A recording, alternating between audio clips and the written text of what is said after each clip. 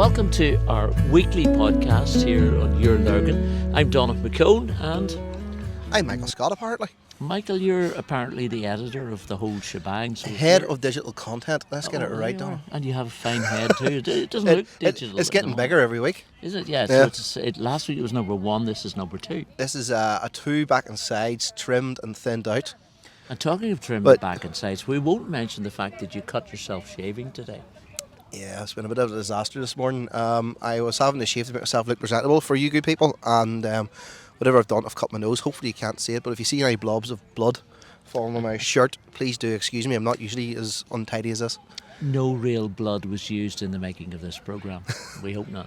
Well, welcome to our second podcast. We're learning as we go along, and we're out in location today. You can guess the location if you wish, but I can tell you we're in Lurgan Park, and we're glad to be here. It's a fine morning. You didn't really give them long to guess. No, I didn't, did I? It's very hard to guess if you're listening on audio.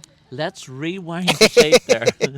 Forget I said that and guess, and you can send your guesses into @mail.com. Best of luck with that. So this is Your Lurgan look back, as it were, at what's been happening in the week. Sunday morning, you should join us. Fresh and breezy it is this Sunday morning, wherever you are. I wish I brought a coat. Yeah, it's been a funny week, hasn't it? This is Easter has just passed. We're into the week after that. And it's been a fairly quiet week in many ways, from your point of view. It's been a very, very strange week, because normally Easter week at the start of the week, I have always been used to being very, very quiet from a news point of view, which it was, in fairness, but we managed to get enough stuff out to sort of maintain our target of having something out on the hour every hour. News on the hour every hour in Your Lurgan, by the way. And then at the tail end of the week, we've sort of struggled for some reason, although there's been some big stories have sort of broken the last day or two. But can you not just make stuff up? No. Oh. That is ethically wrong, and I would never do that. But that gives journalism a bad name. What other journalists do is entirely up to them, of course. So we've been looking at the story. I mean, Easter will be a celebration for many, and thereafter, lots of people off work, lots of activities. I know the location that I was working in was as a tourist location within the ABC area, was quite busy. Others will have been busy too. A lot of people would have gone away to the seaside, so nobody really cares about news much at this time. Yeah, it's a lot of people, the organisations, like the council, schools, everything is closed down. There's nobody about. Even if you want to try and make a media inquiry of any description from a journalistic point of view, it's very hard to get anybody. So, yeah, we sort of just have to not make it up, but try and scrap around to try and find stories to fill us out. But we've had plenty, we've been okay. Well, one part of the news we'll talk about briefly, because we're kind of constricted as to what we talk about with regards to the ongoing elections. The election comes up itself on the 5th of May, and in the meantime, we kind of have strictures about how and who we can talk to about, but we can loosely talk about, I mean, the campaigns are going on. We see the posters up everywhere. Hopefully only for as long as the election, and then come down pretty quickly. I'm going to start a afterwards. campaign after the election to make sure that election posters are removed, because I am sick looking at them. Yeah. I think, from my point of view, this is me speaking personally, I just do not see the need for them anymore. I can understand back in the day, yes, there was a big need for election posters. I just find them to be a big waste of money. And then you get people complaining that their election posters have been stolen. That becomes a big issue when it really shouldn't be. And you get people then complaining about how much of an unsightly mess they leave whenever they're left hanging there. You have cable ties lying about the place. I would just do away with them if it was me. It's a funny thing. I got the same feeling myself when I walked up to the centre of the town. And it's not because I had one political agenda against the other. I don't really care so much. I can make my decisions up on other knowledge. But there is a bit of this pandering towards territory to some degree. With Yeah, them, very there? much so. Yeah, you can sort of tell what sort of area an area is by the posters that are up. If we want the town centre to be welcoming, maybe we should be saying the parties, right, please do not put your posters up in the town centre. Maybe people out there have a view on that there. Would love to hear that, by the way. It would be interesting, and I suppose the parties might have a view on it too. It would save them an awful lot of stuff that they don't need to do. But there is this whole idea of you're in an election, you have to do these things, and I think sometimes political parties in particular get caught up in that, don't they? I think you're right. It's the old traditional, this is how we fight an election type thing. You can see that in the way the election campaigns have been fought so far as well. Well, a lot of them are being fought on the territorial, on the counting the numbers of the tribe. There are quite a few that are looking to the bread and butter issues that are affecting people. I mean, obviously. I think the big issue for a lot of people is going to be the cost of living crisis, environmental issues, people wanting improvements made to their area, the towns. You know, how we can improve town centres and get people into them and spend their money, particularly for businesses. That's what people really care about, not so much. I think we are starting to see people or the voter out there is moving away from orange and green issues. But I suppose when it comes down to it, orange and green's always going to win the day here. That's the sad fact of it. Well, one would hope differently.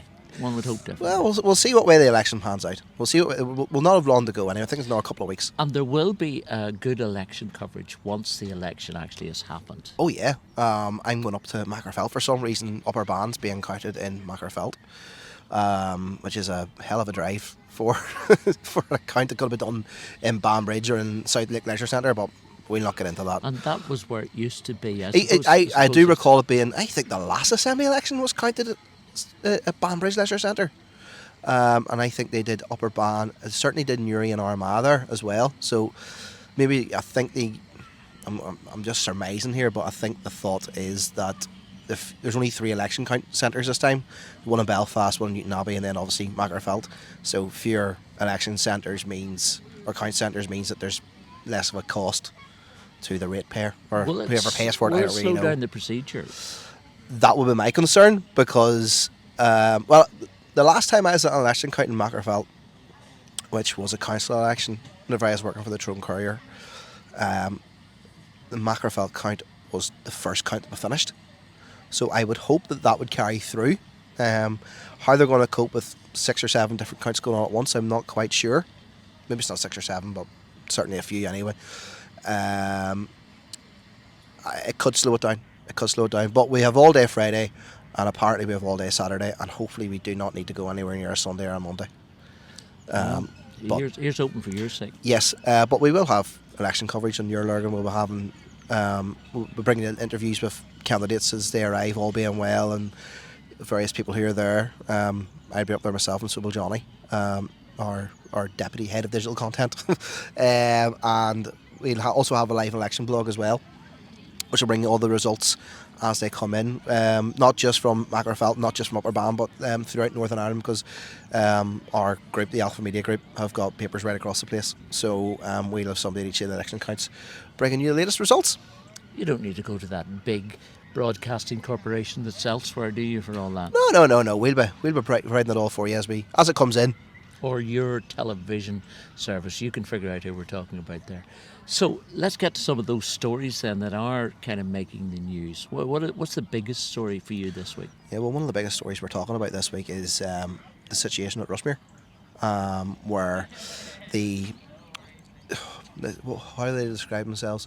The company, basically, which owns Rushmere, has gone into administration with debts, they've had made a loss in 2019 of 32.6 million.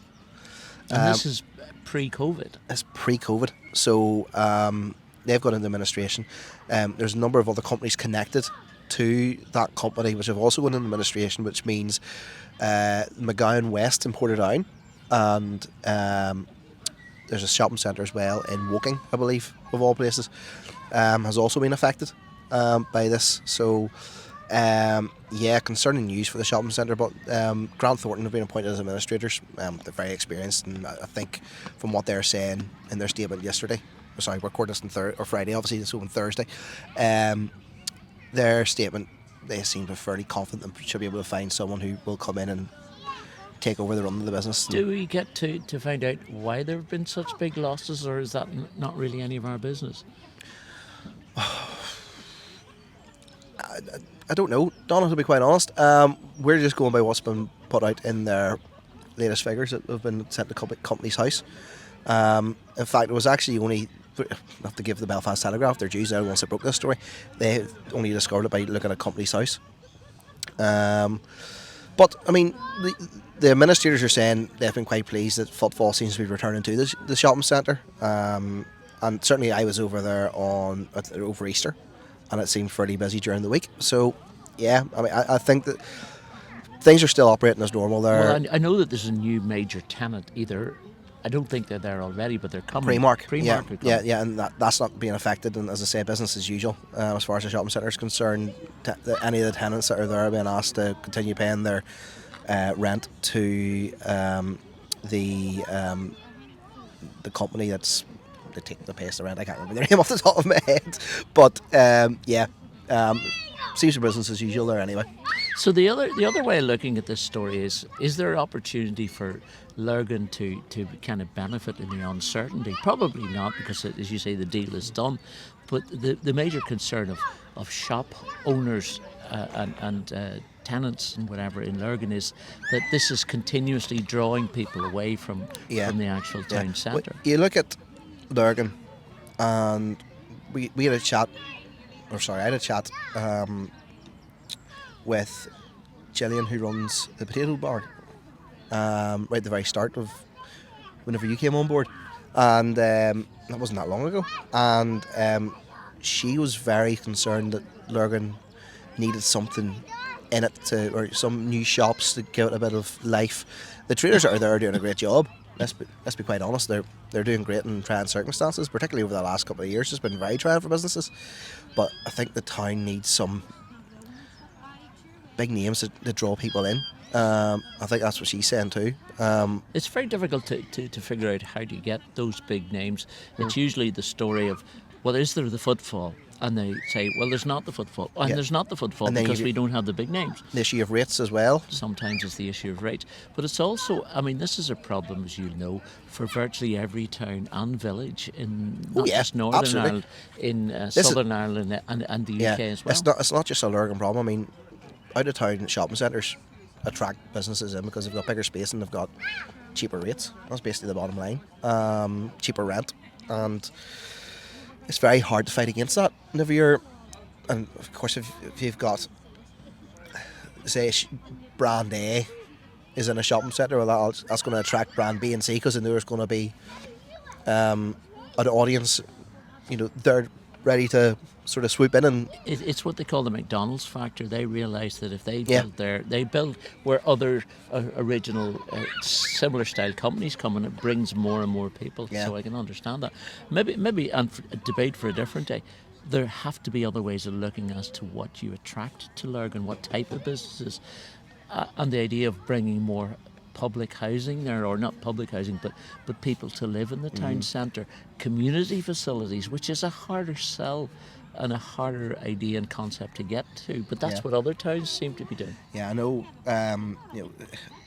There's certainly a move at the minute to try and get people living in town centres again, through regeneration projects and stuff like that. I know certainly where I used to work in Irma, that was a big thing they were trying to do, get people living back above the shops again. So that's something maybe that could be looked at here. Absolutely. And maybe is being looked at here already. Well, it's worth talking to, and I have put feelers out to get conversations with those involved, people involved with economic development in general, just to get the discussion going, to find out what there are. Maybe you nor I have a solution, but if you don't talk and try to figure out... I don't have a solution for very much, Donagh, to be quite honest. Well, you have a solution in your hand here that you're drinking, and thank you to the nearby coffee providers here, Quirky Bird, who are based here in the park. There are plenty of other coffee opportunities around. Other coffee shops are available. Absolutely. And just on the expansion, I know the ABC Council have now given opportunity for places like what's happening here to happen in the People's Park in Portadown. I think Quirky Bird are going to be providing services there. So I've just been told, in absolutely. a converted prison van? Well, apparently so. It's a very interesting van. That's what they've converted to get coffee. You don't have to go into the van, I understand. No. Yeah, you're given to it on the outside. So, other stories. Yeah, well, you touched on it there a bit, Donagh, there, housing. It's another story. On Friday we had a story about the price of houses in the ABC borough, which has gone up, and it's had the biggest increase out of all 11 council areas in Northern Ireland, which is great if you own a house and you're thinking of selling, not so good if you're looking to buy. I'll see, I've got the figures written down here, bear with me. But I hope he's out. Yes, so It's nice to see you're well prepared. Oh, yeah, At least come prepared. one of us is prepared. so the average price of a home in the not upper Bran, that's the constituency, ABC borough, is just over 150,000. Now the over And what would that be for a two bedroom that's house? just an average house. It doesn't actually break down into Specify, is it? specify. And but the average cost of a house in Northern Ireland is about 180,000, so we're still a bit behind in that regard. But the increase is about, was it 2% or something like that there over the course of the first quarter of the year. So that's fairly big. Well, that's always appealing to the people who, as you say, are owning the houses. Their value is going up. You want to see that value go up. It's when you want to get on that property ladder that it becomes difficult. Yeah. Okay, remember it wasn't that long ago we bought our house, like, and it's a tricky process. It really is, and for young couples, who are or young people who are trying to get on the housing market at the minute, it's bound to be incredibly difficult. I feel sorry for anybody who's trying to buy. My brother is trying to buy a house at the minute. He'll not thank me for telling you all this, like, but sure, he'll not be listening. I must give him a call and let him know. Oh, I'll let him know later on if I see him. Oh, here, it's all about your housing problem. No, he's living down in Belfast at the minute, and he's trying to move into a new house. Recently got engaged, well done, Kyle and Joanna. And they're looking for a house, and they're finding it incredibly difficult to try and... There's that many people trying to... It's a difficult market because people are trying to buy houses. The number of houses that are available on the market has decreased. I think it was 70% that the property pal said today. 70% fewer houses on the market than what there were this time last year. And as well as that, there's other economic factors at play as well. Like the cost of living's gone up, as we alluded to earlier on. So it's difficult for people to go out there and buy anything, never mind a house. Yeah. Well, the other side of the coin is too that there are people who will never be able to afford to buy houses. Social housing becomes a difficulty then because budgets are constrained and they're not building as many. But there are some projects and they seem to have stalled. Yeah, there seems to be a real shortage of social housing. I know that's a big issue for a lot of people as well. We certainly could be doing some extra social housing here in Lurgan, from what I understand as well. Right across Upper Ban, I think there's a real need for it, and hopefully in the next Assembly mandate, whenever we get our politicians re-elected, whoever they are, sorry, not re-elected, but elected, whoever they may be, hopefully there'll be a push to get that sorted out. And then it's down to whether they have the budgets to be able to increase. And well, this is it as of well. stuff. Yeah. Which is why you and I aren't in politics, I don't think. Thank goodness. Yeah, probably not. We'll sit here and talk about it instead.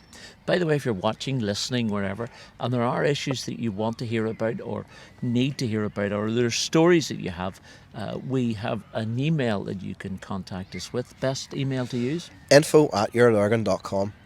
And of course, we're on YouTube, which you're already watching, or on podcast, we're Anchor FM, anchor.fm/your -Lurgan, isn't it? -Lurgan, yeah. You're good. I've picked this up very quickly, this podcast and nonsense. So- and don't forget, we're also on Spotify. Oh yeah, wow, there you are. And it takes a wee bit of time. We put the Spotify or the podcast out at 9 o'clock on a Sunday morning. Well, you do, and then it takes a wee while just for it to appear on Spotify. But it's not that long. I think it was up within an hour. Wow. On Sunday, I was keeping an eye out for it. Yeah, good. And I hope you listened. I certainly did. Were you on it? I You think were, I funnily might have enough. been, yeah. There you are. So what other stories? Well, we're looking at sport. I mean, by the time you listen to this, most of the sport will have happened, but we can talk about it anyway. The big game in football. Well, depends what football you're talking about. Soccer, football. It's the Mid-Ulster Derby this Saturday, which if you are listening to this on Sunday, you'll be able to read a report about. You'll also, hopefully, I'll be waking up very, very happy if I can have them win on Sunday morning listening to this podcast. It's a local derby. It's a Mid-Ulster Derby. There's no bigger game in local football, except for maybe an Irish Cup final or maybe a league decider. But you know what? I love it. Mid-Ulster Derby, it's all about the rivalry between Lurgan and Portadown, and love it. So Glam play Portadown on Saturday afternoon, and we'll have a couple of, if you keep an eye on Your Lurgan on Saturday afternoon before the match at about 1 o'clock, maybe 2 o'clock, it depends what time we get this done at. I'm going to have a guest on from Coventry. Hi everyone, welcome to Your Lurgan. It's Saturday afternoon. Glenavon playing Portadown this afternoon at Moorview Park. Now, have you ever met a Mad Hatter? Now, we're not talking Alice in Wonderland stuff. I've got two of them here. Over from Coventry. Guys, tell the guys your name. My name's Alan Packer. And I'm Vince Wood. Now, you guys come over. You're over from Coventry City. Tell us how this relationship between the Albion and Coventry's come about. Alan, you know more about it than anybody else here. Well, there's a guy called Roy Hollywood who has been coming over to Coventry for 40 odd years, and he started talking to us, and I turned around and said, well, what do you do, where do you stay? And he turned around and said, well, I get a taxi from the airport, Birmingham Airport, and Coventry's about 20 miles away from Coventry, and then he'd stay in a hotel. I just says, well, instead of staying in a hotel and getting a taxi, why don't you come and stay at my house? So we did that a few times, and then he invited me over here. I came over, watched the game, won, went into the Victoria Club, and I'll tell you what, they looked after me so well. And this club is so friendly. I've been coming over ever since. So also this weekend, and I hope to be at the match later today, Irma will be playing Donegal in the first round of the quarterfinals of the Ulster Championship. Yeah, And big it's a game. match. Yeah, we hope to get the word from Eugene Craney on that. Eugene Craney, thanks for joining us. You're joining us at Clonagale tonight. Match in progress, but we're looking ahead to the big clash on Sunday, the first round for Armagh in this year's Ulster Championship. How are things looking, and what should we be looking for? Well, Donegal, it's going to be a difficult task, I respect it, for both teams. The place is going to be packed to the rafters. Armagh and Donegal, two of the top teams in Ulster. Two of the teams are probably fancied to win Ulster this year. Armagh have come from the nether regions of Division 3. Under Kieran McGeeney, I think this is maybe Kieran's 6th or 7th year. It didn't look good for him a few years back. He's got the team turned around with 6 or 7 Lurgan men, on both in the starting team and on the bench, to make a big impact, as you know. And we're all looking forward to it. It's been a difficult year all round. If the situation with the suspensions don't unsettle the players, they have a fantastic chance. Letterkenny was packed the last time in the league, but this is the big game, and all the bets are off, as it were, for Sunday. Well, we're 2 or 3 weeks away from that, and there were suspensions on that particular day that kind of angered a lot of people, particularly in Armagh, because we were on the receiving end, as it were.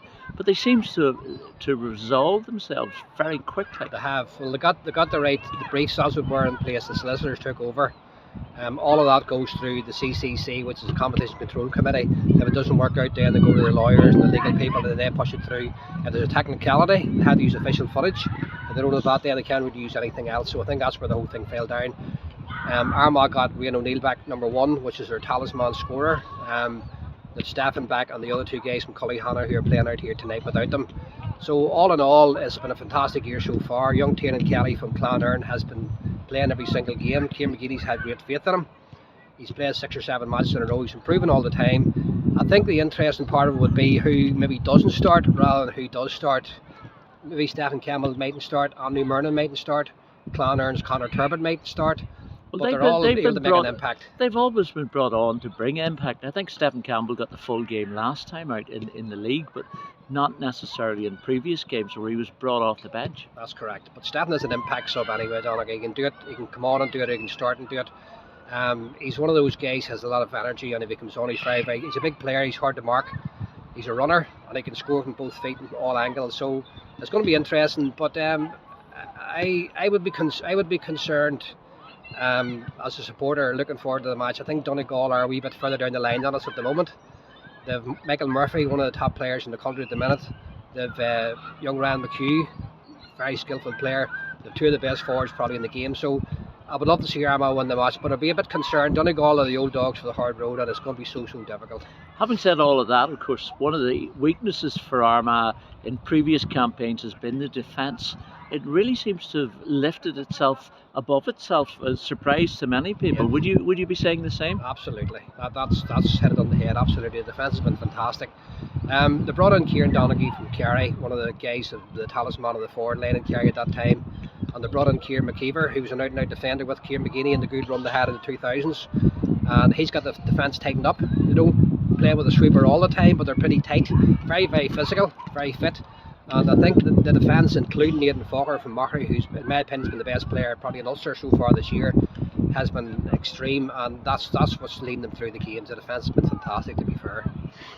Strategy for a game. How do you strategise for this game? You've only just played Donegal 3 or 4 weeks ago. Obviously keeping some of the secrets. What do you think the strategy is going to be? Well, Declan Bonner, the Donegal manager, has strategised already. I mean, he set the standard. With all due respect, nobody's ever going to say somebody started out deliberately, but there's always tactics. There's always keeping fans off the pitch. You know, people can get in certain players' faces. It happened against Irma a bit, unfortunately. They didn't pay the ultimate price, which they could have done. The players have got off. They've had their suspension rescinded, but I think the tactics started on the final whistle in Letterkenny in the league game. That's when the tactics really started. Kieran McGeeney, in fairness, Donagh doesn't do many tactics. He's pretty straight. He didn't bluff when he was playing. Whatever team he lines out, that'll probably be the team. We'll know what's going to happen on the day. It'll be pretty basic, but he'll ask for commitment and dedication. And I think that's what Kieran's forte is going to be. Declan Bonner's maybe a bit more cute. Maybe Donegal's a wee bit more ringcraft with them. It'll be very, very interesting. But at the end of the day, it'll be close. It'll be very tight in the first half. The tactics will come into play maybe in the last quarter, last 20 minutes when people get tired and the game opens up. That's when you'll see the real Ulster Championship football. What about talking to the managers before and afterwards? They're reluctant to talk to media. Well, it's a difficult one at the moment. I remember, obviously, the situations the GPA have stopped. They've requested that the managers don't speak to the media, which is fair enough. It's like a protest to get their expenses from Croke Park. When Paul Grimley had basically fallen out with some of the bigger organisations, he still spoke to the local press. And when you speak to the local press, like of here, like in Portadown, like in Armagh City, you're speaking to the fans. You're speaking to the 10,000, 15,000 people who are going to attend on Sunday. So if you don't speak to the press, you're not talking to your fans, and that's the difficulty. If they don't want to speak to the bigger corporations, so be it. But they want to keep the connection because people are paying money. They're going and watching the game. So I think that's unfortunate.